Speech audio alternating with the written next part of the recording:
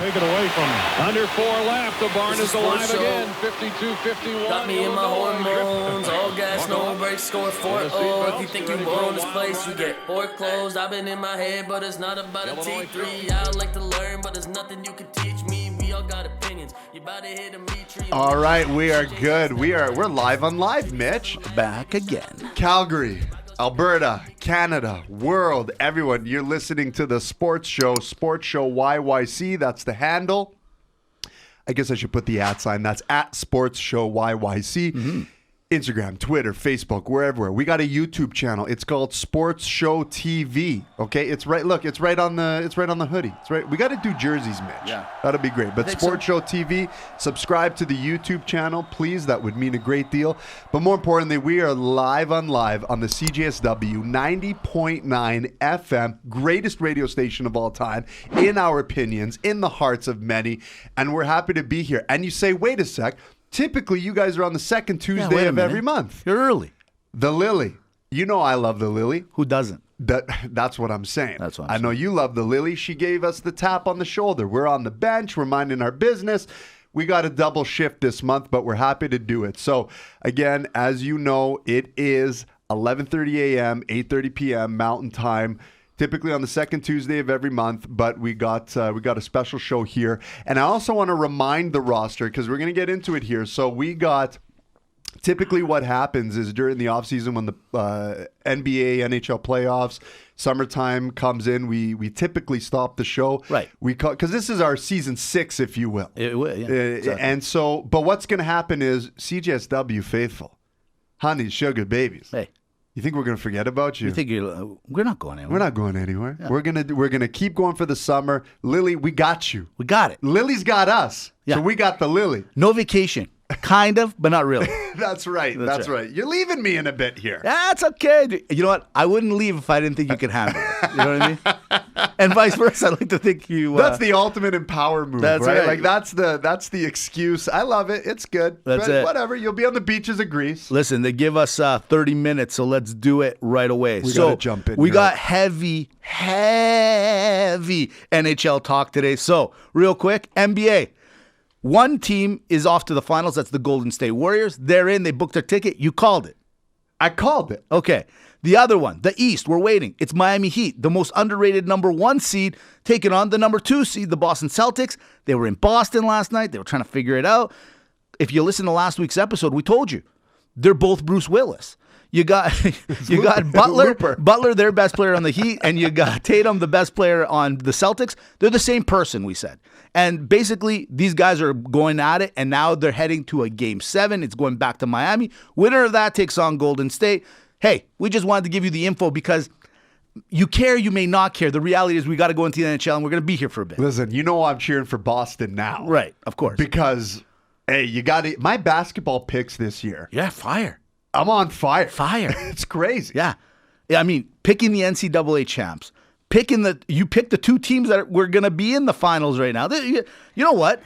Some people got to follow you and make some money off you. That's what I'm saying. Yeah, I don't know. I did. Right.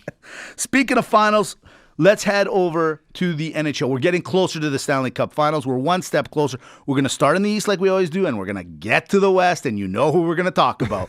Why? What happened? Oh, I don't know. So Mitch, why don't you kick it off? You know, I was going to start the whole episode with was it or wasn't it, but we have we'll get there. All right, from there, let's start in the East really quickly. It's the President Trophy winners, the team that had the best record in the NHL this year, the Florida Panthers, who had a little bit of a struggle with the Washington Capitals. They finally end them in 6, and they're taking on the two-time Stanley Cup champions in the Tampa Bay Lightning. Now, this is very similar to what was going on up here in Alberta. Battle of Alberta's happening. Well, this is the Battle of Florida. The fight in Florida, as they're calling it. In the back alley. It's the Panthers. It's the Lightning. Finally, the Panthers have a team that can go with them. And ding, ding, ding, in the final round, TKO, the two-time Stanley Cup champions knock out the best team in the NHL from a records point of view in 4 straight games. Dimitri, what happened in Florida?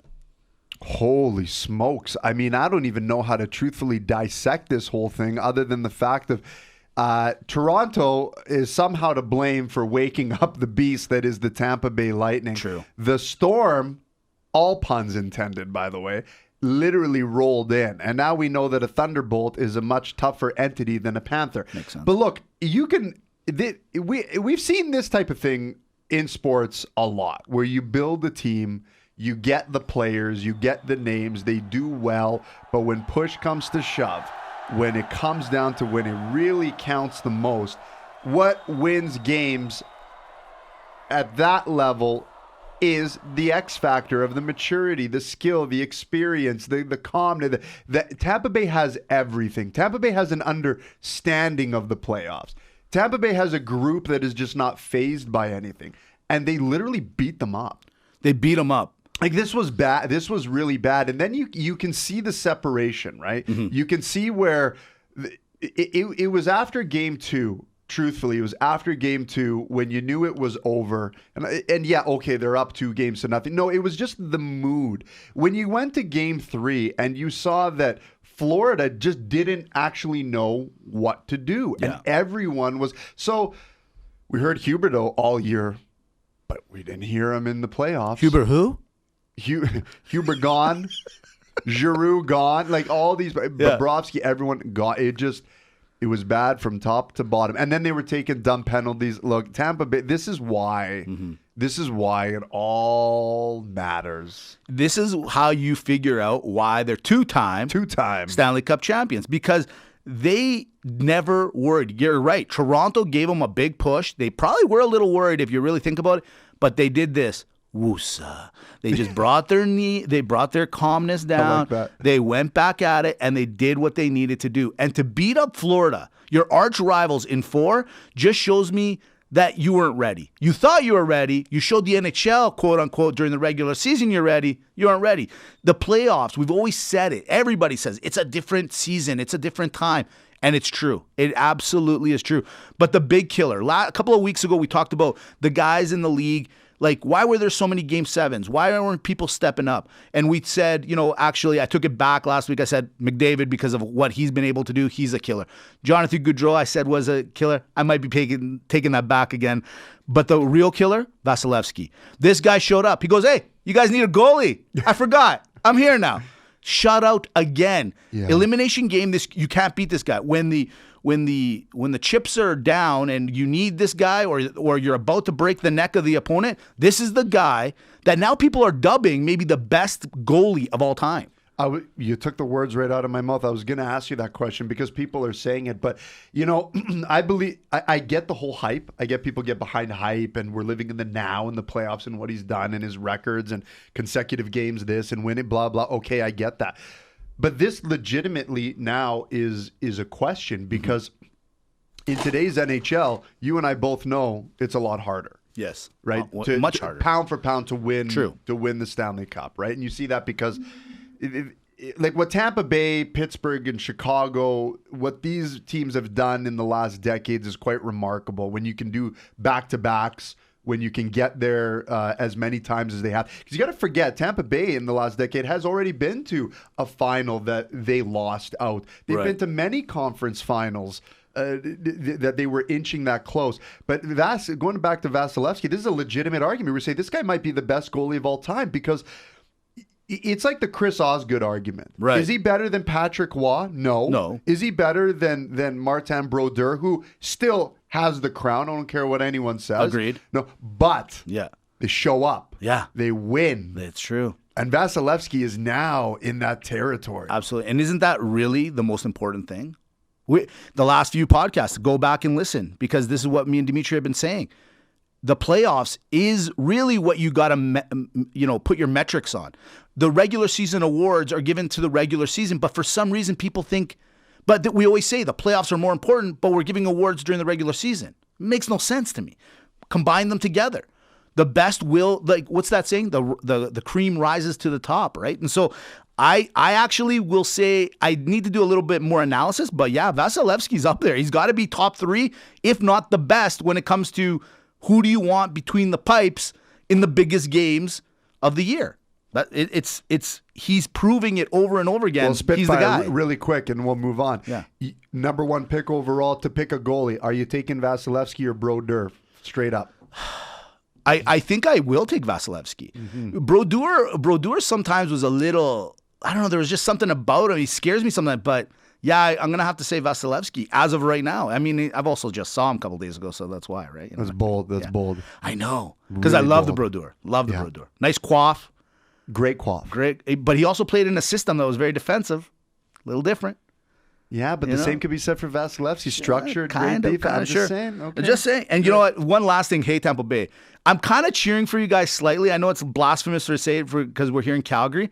But don't you kind of want to see the 3-time Stanley Cup Finals champions, the Tampa Bay Lightning, and also a Pat Maroon 4-time Stanley Cup champion. He won it with St. Louis, then trades over to Tampa Bay. He's on his way to, maybe making it 4 in a row. He's the Robert Ory of the NHL. Yeah, what a guy.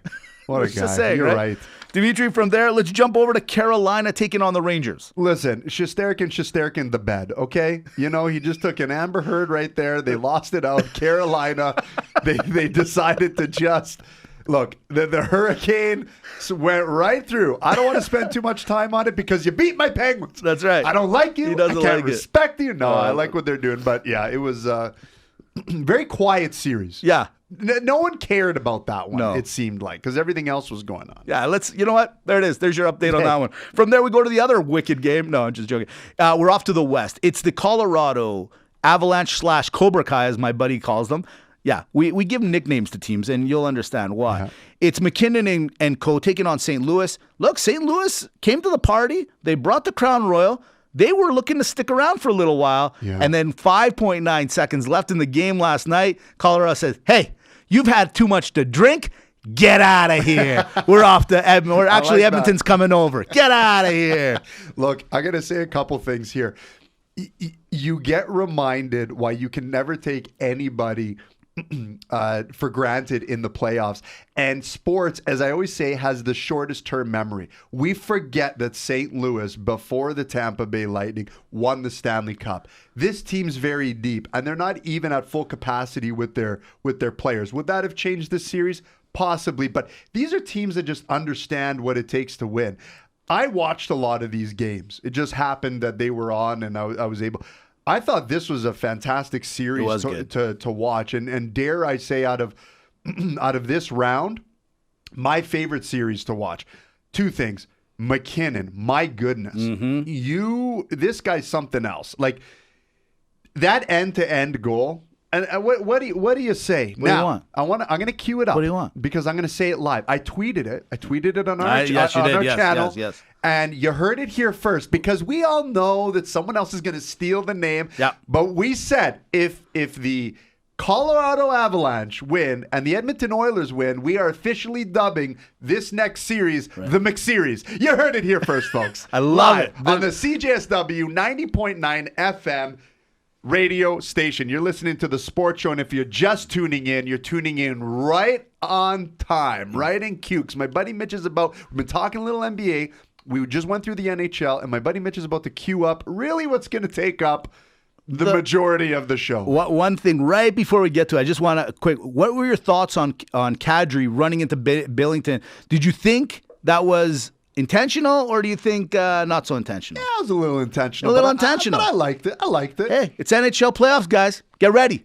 Can't be mad. Did you like that he threw the water bottle at him during the presser? Great move. Nice move. Yeah, nice touch. Yeah, just to see. And I actually believe he did it. He seems like that kind of guy that would have did it. All right. He's my kind of guy. Yeah, I like it. So from there, we go to the series. It's the Battle of Alberta. We waited 31 years. And for some of you guys, you might not have been born if you're here at CJSW. If you're at the university, chances are you weren't even born. Mom and Dad were down on Electric Avenue. Ask them about it. It's a thing. Then 17th Avenue. And then you guys came around. My parents met at a place called Coconut Joe's. And the series started exactly the way it left off. It was as though we were back in the early 90s. Game 1, 9-6. Calgary's up 6-2. No, they don't like to hold on to a lead. Why would you want to hold on to the lead? They end up winning that game 9-6, and it was the only game they won. And then Edmonton went on a McDavid heater. Okay? If you listen to the show, you'll know that we are big on a few things, and one of them is when a team is hot, get out of the way and just put money on them. And that's exactly what happened. And we are watching Connor McDavid become the actual superstar. He's always been a superstar. He's always amazing. Yes, I've always tried to trade him. However, we actually watched this moth turn into a cocoon that turned into a butterfly. This guy had taken over the series. Dimitri, give me your interpretation of what happened. Calgary versus Edmonton. It's over. It's done. Edmonton off to the Western Conference Finals. Really quick, I think it's the caterpillar that turns into It's the a cocoon. moth too. No? Are you sure? No, you're wrong. Is there... You're wrong. There probably is some kind of moth metamorphosis. I'm just joking. I'm sorry. I was on a rant. I All right, know you saw it. the I moth- agree. It's just that I'm very you're right. passionate You're right. against the moth. And we are at the university. I gotta be factual. You're right. Caterpillar, butterfly. Go. Oh my goodness. I've never been a fan of the moth. I digress. Look, Fair enough. this is the problem. When you're a homer and Calgary's your team or any team, you look at something like this and it's so frustrating, and you go through the order of operations. Right. Why this happened? How could this have happened? And there is a lot, and we're going to get to a lot. And it's good because we got time. We got a solid at least 10 minutes we can spend on this, Mitch, and I love it. Go. First thing is first. What did I notice? There was one team that really, really wanted it more than the other. Agreed. There is one team that was just playing harder in the corners, that was harder on the puck, that just had that grit, that desire, that will, that the team that was never phased. And what did I say at the beginning? What I said at the beginning of the playoffs is I said a team like Edmonton is not the best team.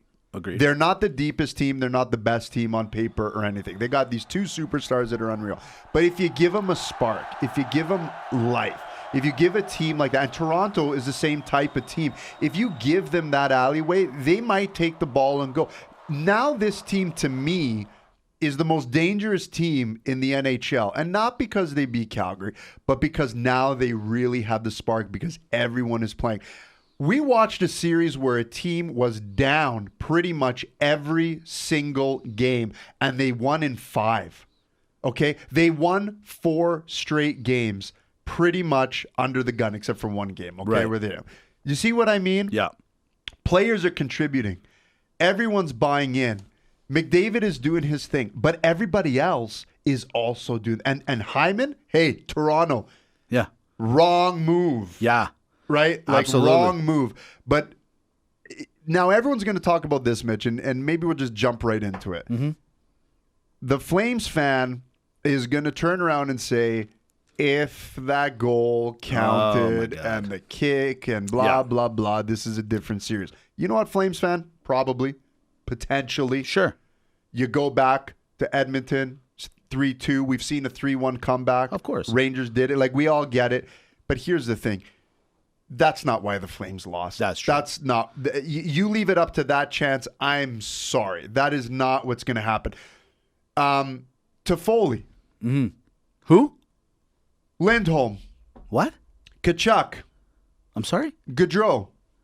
All these Pardon me? guys that played a role in Dallas, where were you? Where have you been? Yeah. And Mitch, I got to tell you, we played Dallas. I'm sick and tired of we played to other teams' levels. Mm-hmm. Why couldn't we control the game? We sit there in Dallas and we play their shutdown game, playing on the perimeter because we can.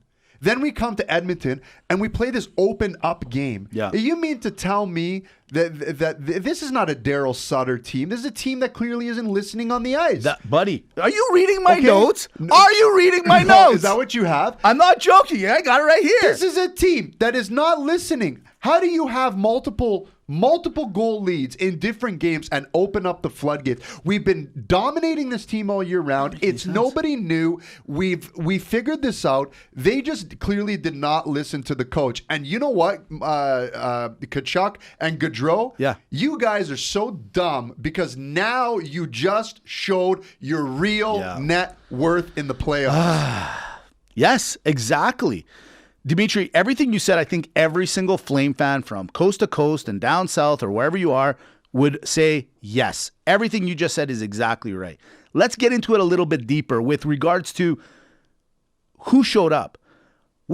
Our top line had 301 points, as I heard over and over and over again. Didn't see anything from the top line. These are our best players. They didn't show up at all. Tkachuk showed up literally in flashes. Game 1 of the Dallas series and game 1 of the Edmonton series, and then that's it. And then guess who the most popular Tkachuk was? His brother Brady, who was up in the stands, who got a Bud Light ad out of it. So guess what? Tkachuk, you're gone. Real winner. Gone. See ya. I don't know why you didn't want to show up. Tkachuk. Lindholm. That's why I called him Tkachuk. You're right. And Tyler to Fluffy. Yeah. Tyler, you know what? Tyler, shame on him, because on other teams and other, last year's Stanley Cup run with Montreal, he was a big factor. I don't know where he was. Taking Gaudreau. Listen, Captain Morph, that was on our podcast a little while ago, said it himself. If the referees and or the systems allow, he will dominate. But this is the thing. You can't let other people dictate what's going to happen to you, Gaudreau. You got to become that killer. That's why I'm revoking your killer status. I'm taking it away. You're taking it away. I'm taking away the killer status. He's gone. The other killer that we had on that team, or we thought we had, is the guy that's up for the Vezina, and that's Markstrom. Series 1, you were unstoppable, just like Oettinger. You guys tore it up together. You guys were a tag team. You guys put the NHL on notice that a 1-0 hockey game can actually be great and exciting and stressful and all those fun factors. In Series 1, you couldn't put a ping pong past either one of those goalies. Right. Series 2, you could put beach balls past Markstrom. I don't know what happened. Finally, to your point, or second last point, Hyman shows up. Nuge shows up. Draisaitl, 3 points a game. McDavid, he's off 22 points in 9 games. Evander Kane, 15 goals. 17 goals, pardon me. Everybody came to this party. Everybody came. They all brought Crown Royal, and they all got drunk, and they all had a great time, and they were all good. Yeah. Nobody on the Flames showed up. Nobody. You know what? I'm going to give Markstrom a bit of a pass. He played like garbage, but so did Smith. Yeah. And so the goaltending's not an issue here because they were both. It was a wash. That was supposed to be our special weapon. I agree, but I'm saying it's a wash, right? Yes, but you're only saying that now because they lost and he played so badly that we're making it a wash. But Smith played badly too. Oh, he did. But you know what? He had a team in front of him that put the puck in. And to your first point. What are you guys doing? Okay, this is where the Sutter thing. I wrote it down, and this is where I'll elaborate a little bit with you. What happened here?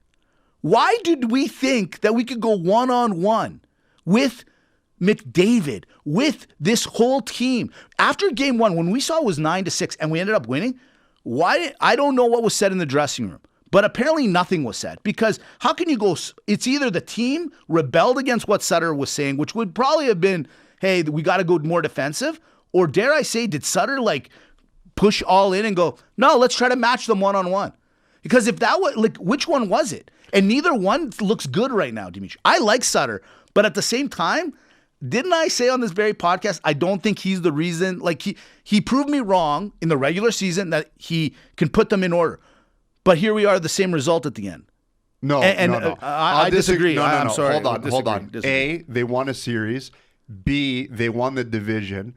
See, they just collapsed. And this is not, Sutter, listen, Mitch. We all like Sutter because of his takes, but we can't just sit here we like Sutter because he's a Stanley Cup winning champion. He took a Calgary team that didn't deserve to be there to a final. Yes. He's won 2 cups in LA. He turned this team around, and he's gotten rid of some people. Agreed. Okay? Agreed. And he's made, and I'll tell you, if it wasn't for Sutter, Johnny wouldn't be playing so tough in round 1. Agreed. I know I'm being harsh on him, but guys, isn't anyone going to question what happened? How did we go from a defensive, one of the best 5-on-5 hockey teams to this? Something happened. I think it's just down to the mindset, Mitch. I think it's down to the Edmonton Oilers banded together, just had more will and imposed their will and took control of the game. And Calgary, when you're up 2-0, if you're a Daryl Sutter coach and you're a team and you're up 2-0 and you can't close it out, that is a structural problem when you're giving space. Never mind that game-winning goal by McDavid. Let's just look at it. And this is why Sutter's not the problem. Hannafin,